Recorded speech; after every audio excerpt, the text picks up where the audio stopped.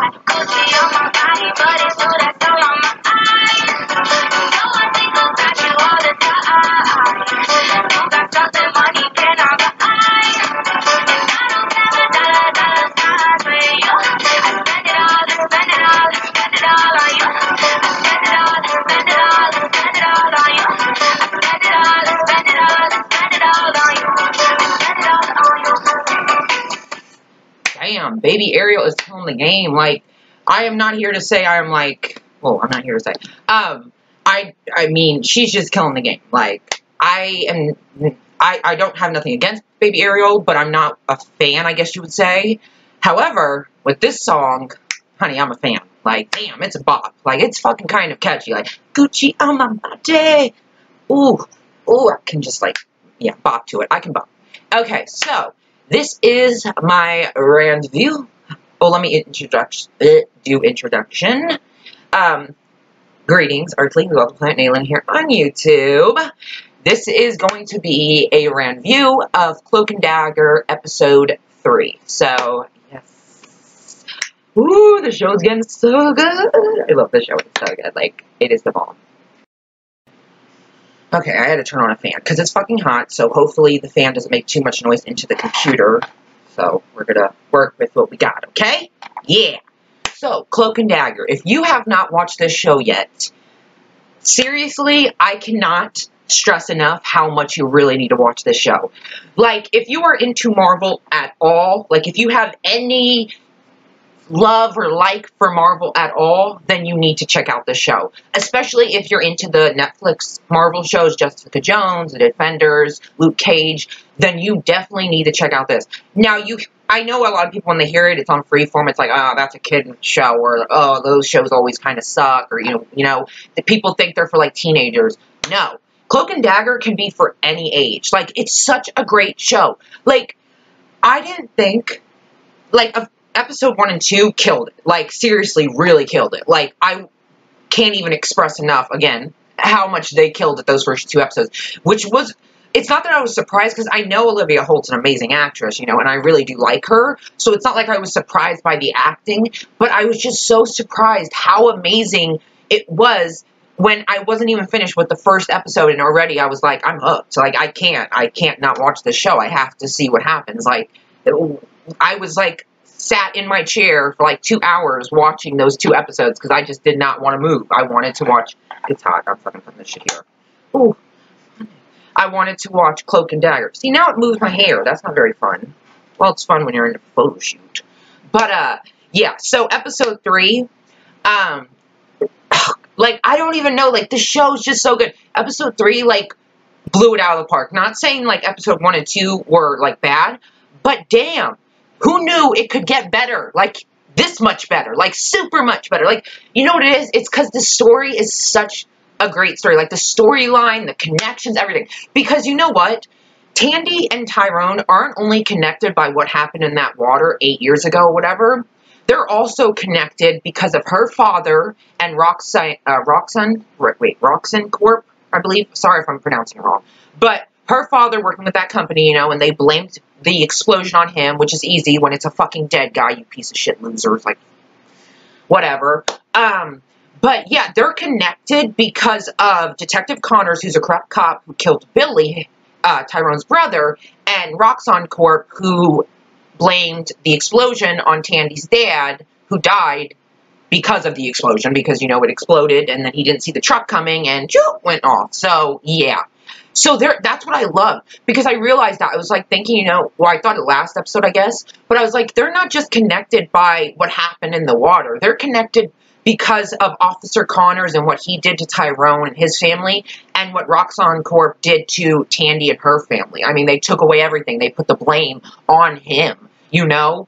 So anybody who died during that explosion, the blame was put on her dad. So, I mean, even if he's dead, even though he's dead, it's like you're still giving this guy the reputation of he killed innocent people before he died. Like, it fucking pisses me off. Like, that's what I think is so awesome, is that they're not just connected by the powers they hold, but they're also connected by their past and their stories separate from each other, but also they connect. And I think that's really cool to see, because, like, fucking, Connors, man, he's such a corrupt cop. Like, okay.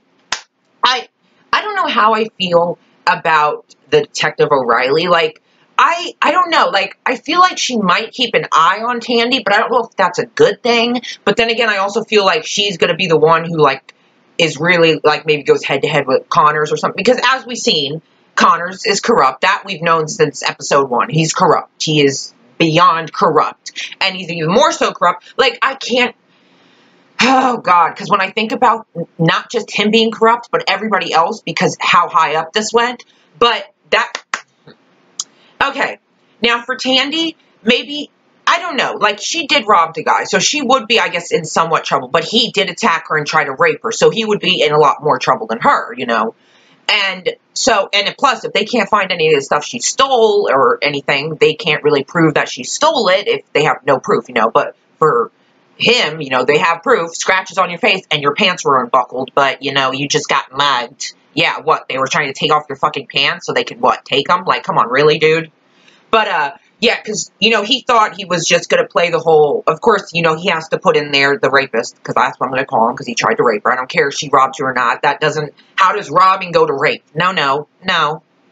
So, the rapist, he, of course, made it a point to say, oh, I knew you were coming. I know people in the police foundation, or I support the police foundation. And I was just like, oh, yep, he has connections. Here we go. Let's watch this unfold until he gets, you know, covered. Sorry. Let me just watch this and wait and see one of the cops or someone say, oh, yeah, the case is closed. It was just, you know, a mugging. We found this. I didn't think Connors was going to come out with the ID and stuff. At first, I was like, what the fuck does that mean? Like, we know who it is. Like, he's in the hospital. But then it was to close the case. I don't know why I'm doing that, because he actually did it, close the case. Like, they closed the case. But, yeah, the rapist, he, of course, thought, like, oh, you know, like, they're going to believe me because I have connections, but O'Reilly's not one of those people. So, of course, she's like, well, you have scratch marks on your face. And he's like, oh, well, it must have been when I fell, you know? And she's like, really? Because we call those defensive wounds, which is true. I mean, you have 3 scratch marks on your face. That's not from falling on the ground. Did you fall on a fucking hand and the nails just went like this? Like, really, dude? Not only that, but then she brings up the whole unbuckled pants thing, and that's when he knows, he's like, oh shit, like, she knows there's more to this than a mugging. Which, I mean, I was kind of glad that he didn't. Like, I thought he was going to give up, like, the Tandy thing, and I was, like, worried for her, because I don't want her to get in trouble for, like, robbing him. But I guess, then again, you know, you really can't, because you were trying to rape her, and you really don't want that to be known, do you? And the only reason you didn't rape her is because she stabbed you. But yeah, he got really angry when the cops started when O'Reilly started questioning him about that and stuff, and he realized, like, she didn't believe him, like, she knew that he had tried to sexually assault someone, and that's why he got stabbed. So, of course, he had to make his little call, I'm sure, to his connections, and next thing you know, Connors found his ID on a druggie. Oh, the whole mugging story's true, the case is closed, it's all good to go. It's like, ugh! Because it's not even Connors who's just corrupt. Think about the people this has to go through. The chief of police is corrupt. We seen that from, like, episode 1 when they had the flashback of Tyrone and his parents right after Billy had been killed. And the cop's like, oh, there's no way to tell if he's been shot or not. Oh, I'm sorry. Can you not see 2 fucking bullet wounds in his chest? Like, corrupt cops, dude. It's like it's not even Connors. It's like it goes higher up than just Connors, and it's like, how many people are corrupt? O'Reilly, I don't believe, is corrupt. Thank God, because she's the only cop that currently we have on our side, or that's at least a good cop, you know? Connors, he's just nothing. Like, oh, God, they're so corrupt. Like, I can't with corrupt cops. I can't, and I just imagine, like, it's not even just Connors, it's all those people who are above Connors who also helped make this look like a mugging. And it's like, oh my God, you're such a corrupt fucking cop. I would like to punch you in the freaking face. Like, Connors, you're gonna get what you deserve. Like, I kind of hope Tyrone kills him, but that's not the way, as we've seen. But, like, maybe lock him up in prison with the people he put in prison. Let him get his ass fucking kicked. But then I thought about that, because I was gonna say that, but I did say it, but I was thinking about that. But then I was like, what if maybe the people who's locked up, he also, like, well, I guess they would still be mad, but he could be locked up with people he, like, was working with while he was a cop, or a cop. So, a detective, whatever you want to call him, because he's not even any of them. He's a fucking, corrupt detective, not even detective in my book. You're a corrupt piece of shit, motherfucker. Like, it's just, oh my god, it mind boggles me. But yeah, so I was like, oh man, because I was like, if he goes in prison, it's like, there could be people in there who, like him, so he could be, like, protected, or he could go in prison and people hate him because they had him locked up, or had him framed, because I'm sure he had tons of people framed. I wouldn't put it past him. I mean, it's not surprising if he did. So, yeah, their whole prison thing, that's an idea. Or he goes head-to-head with O'Reilly at some point in the season, which I hope, because we have the corrupt cop, and then we have the good cop, you know? So, I would like to see them go head-to-head. I think that would be very interesting, because I think now she's getting the sense of how corrupt he is, and also how corrupt the police department is, because she knows this was a attempted assault, and they know it, but they don't care. Like, the evidence points to it being an attempted assault, but that doesn't matter, because it's closed. They decided it's closed, it's over with, because the kid has connections. Well, you know what, kid? You deserve to get robbed and stabbed. Oh, man, I fucking hate corrupt people! But, yeah, what was I saying? Oh, yeah, because O'Reilly.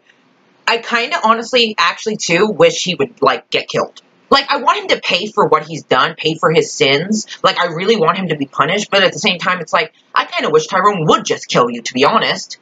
Like, fuck. Like, he's gonna get what he deserves. And I can't wait to watch that moment. I do think, though, I don't think Tyrone's gonna kill him, but I do think when he gets what he deserves, it's going to be because of Tyrone, from Tyrone, because they have their story, and I think it would only be right that when he finally, like, gets taken down, Connors, that Tyrone is behind it, with the help of O'Reilly, maybe, and Tandy, but I think it would be perfect if it was Tyrone who really took him down, because, you know, that's something he really wants to do besides kill him, but Tandy, you know, in her vision of his hopes and fears and all that stuff, and, you know, wanting to kill the cop Connors, you know, Detective Connors, I don't know why I keep calling him a cop. I keep thinking of corrupt cop, but Detective Connors, and how it just ends the same every time. You kill him and you're just going to be killed yourself or end up in prison. It's not going to do any good. Your parents are going to lose another son, you know.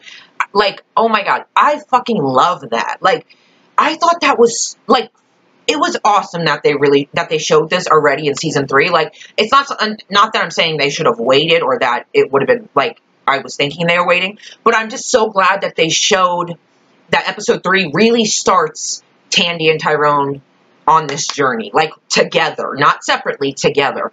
And I mean, her convincing him that there has to be another way. You have to try another way. And another way is having him arrested for the crimes he has committed, instead of killing him and destroying his mother and father and ending up in prison or killed, you know, because that's not going to change anything. And Tandy convinced him of that, which I fucking loved. And then Tyrone convinced Tandy that she can't keep running away, that she has to stay and fight. And because of that, she stood and tried to fight for what happened to her with that guy that night. But, like O'Reilly said, you know, unfortunately, they closed the case, which upset her, Tandy, of course. But it was really big. It was really something special to see Tandy finally stay and open up, because she is known for running away. And she could have easily just ignored this whole little vision thing and just fucking ran, but instead she knew she had to stay. And I love that. Like, God, their connection is so special. And I just, like, they have amazing chemistry. It's just so electrifying. I mean, the tension in the next episode, in that scene where it's like, how close can we get to each other before our crazy powers start going haywire or whatever? Oh my god, the way they're looking at each other, the tension, I am just living for it. Like, Evita, get the hell out. No, Evita and her aunt, I don't know. Okay, like, when Tyrone was, like, in, father's room, you know, and he was lighting the candle and stuff, and he was talking to Billy up there, I knew someone was watching him. Like, the camera was from the back, you know, like, behind the stairs, and I was like, someone's watching him, but I was like, or maybe they're just filming it from that way, you know, but I was thinking, no, someone's watching him, like, listening to him, and then it turns out someone is listening to him, and can you guess who? Evita. What? Like, I don't understand why she's so obsessed with him all of a sudden. Like, isn't that odd? Like, clearly they've been going to school for a while now, and now all of a sudden she's like obsessed with him. Like, does she know like that he was going to meet Tandy, that the Cloak and Dagger were going to come together? Does, are her and her aunt the protectors of them, or are they trying to take them down? Like, I mean, the aunt made a 3D figure of Tyrone before she even met him, which is so odd to me. But then it's like, does she know something that we don't? Like, is she predicting something? Is something going to happen with Tyrone? Because if she knows about what Tyrone has and what Tandy has, then you think Tandy would also be next to Tyrone. But it's just Tyrone, and it's odd. Is she trying to protect him from something that she knows or just seen when she met him? Or, is the family the protectors of the Cloak and Dagger? Are they trying to take down them? Or, I don't know, like, I feel like maybe the aunt's predicting something, or maybe the aunt's trying to protect Tyrone because she sees, like, the struggle within him, and she sees maybe his fate, and she's trying to change it. Because it's very weird, like, why she made a 3D figure of Tyrone before she even met him. That's odd. Like, well, clearly, I mean, Evita had been telling her aunt, but it's still odd. I mean, I'm sure she didn't know what Tyrone looked like, yet it looked like Tyrone, a 3D figure. And it's just weird that it was only him and not Tandy. So it's like, does it have to do with him and Tandy being the Cloak and Dagger, or does it just have to do with Tyrone? Like, that's so interesting to me. Like, I don't know about Evita. Evita, I don't know if she's good or bad. I mean, first off, she comes on a little too strong to Tyrone. Like, bitch, we understand you like him. We get it. Okay. Like, and it's not because I ship Tandy and Tyrone. It's just like, bitch, we get it. But it's like, I don't know if she's good or bad. It's just, it boggles my mind a little bit that why now, when all this shit starts happening with their powers and them meeting and all this, why now does she suddenly care so much about Tyrone and want to talk to Tyrone and hang out with Tyrone? Like, isn't that just odd? Like, because it didn't, like, hint at, like, before, like, oh, yeah, they always hung out. No, they just started, and it's odd why all of a sudden she's just started liking him, started hanging out. I can understand maybe she was shy or something, but still, it kind of is odd how the timing times up with everything happening, and I don't know, and then her, like, it's just weird. I think she knows something about Tyrone, like, what's going on with him, I think. I don't know about Tandy. I mean, I don't think I think she knows there is someone else out there like Tyrone, but she doesn't know who it is, maybe. But maybe she knows, like, what's going on with Tyrone, maybe. Like, I don't know. It's just so weird. I don't know whether to trust her or not, whether she's good or bad. Because she is, like I said, coming on too strong. All of a sudden, she suddenly likes him and is talking to him, wants to hang out with him, and gets him into this voodoo shit. And it's like, why now? And it's like, why is your aunt having a 3D figure of him, like, before even meeting him? Like, why is that happening? Like, what do they know? And if they do know something, are they trying to help or not? Like, what is going on? Maybe, like, I don't know, maybe, like, they're gonna take down Tandy and Tyrone. Maybe they're supposed to, like, maybe they're there to take them down. I don't know. It's just a very odd thing. Like, I don't know about Evita. I don't trust her one bit at all. Like, it's just, yeah, I don't trust her. I don't. No, I just don't. Like, and especially when she was listening in, like, that just, that's weird. Like, come on, that is, like, even she said, I didn't want to, like, sound, like, stalkerish or whatever, but it's like, dude, you do. Like, what the fuck are you listening? Like, that's his confession, basically. Like, back the fuck up. Like, you didn't just walk in there. I mean, you didn't just knock on the door and then walk in and say, oh, sorry, you actually heard half the shit he said. Like, why? Like, I don't know. It's just weird, I don't know about Evita. Something, I don't know. Either she's a good person and she knows, like, what is happening with Tyrone and she's trying to help him through the process, or she's a bad person and she knows what's going on with Tyrone and maybe she wants to be the other chosen one and not Tandy, I don't know, because I'm very neutral on her right now, but I will say I don't trust her. I don't. The auntie, I don't really know. I didn't get a bad vibe, but then again, like, the 3D figure, I feel like, though, the 3D figure is her, like, either predicting maybe his fate or her trying to kind of protect him. Like, as having him on the shelf, she's trying to kind of maybe, like, protect him in a way. Because I feel like I don't really get any bad vibes from her, really. Not saying I do from Evita. Evita is just, she comes on strong and kind of, it's just weird. But with the aunt, I don't know. I feel like maybe she's like trying to protect Tyrone with the 3D figure, like it's supposed to protect him, or maybe she's trying to like it's there because like that's predicting fate. I don't know. It's just very odd. Like I don't know. The aunt, I'm not saying I trust her yet either. I don't know her well enough, but I am very intrigued as to why Tyrone and, you know, why a 3D figure of him on your shelf with all your other things. Like, I don't understand why just Tyrone, because it's like, I guess if it is just Tyrone, then clearly they don't know about the Cloak and the Dagger. Clearly she knows something else going on with Tyrone, and that's why. Or maybe they do know the Cloak and Dagger, they just don't know Tandy's the other one. But surely they would if they were the protectors of them, which I thought maybe they could be, you know. But yeah, so I don't know about that whole Evita thing.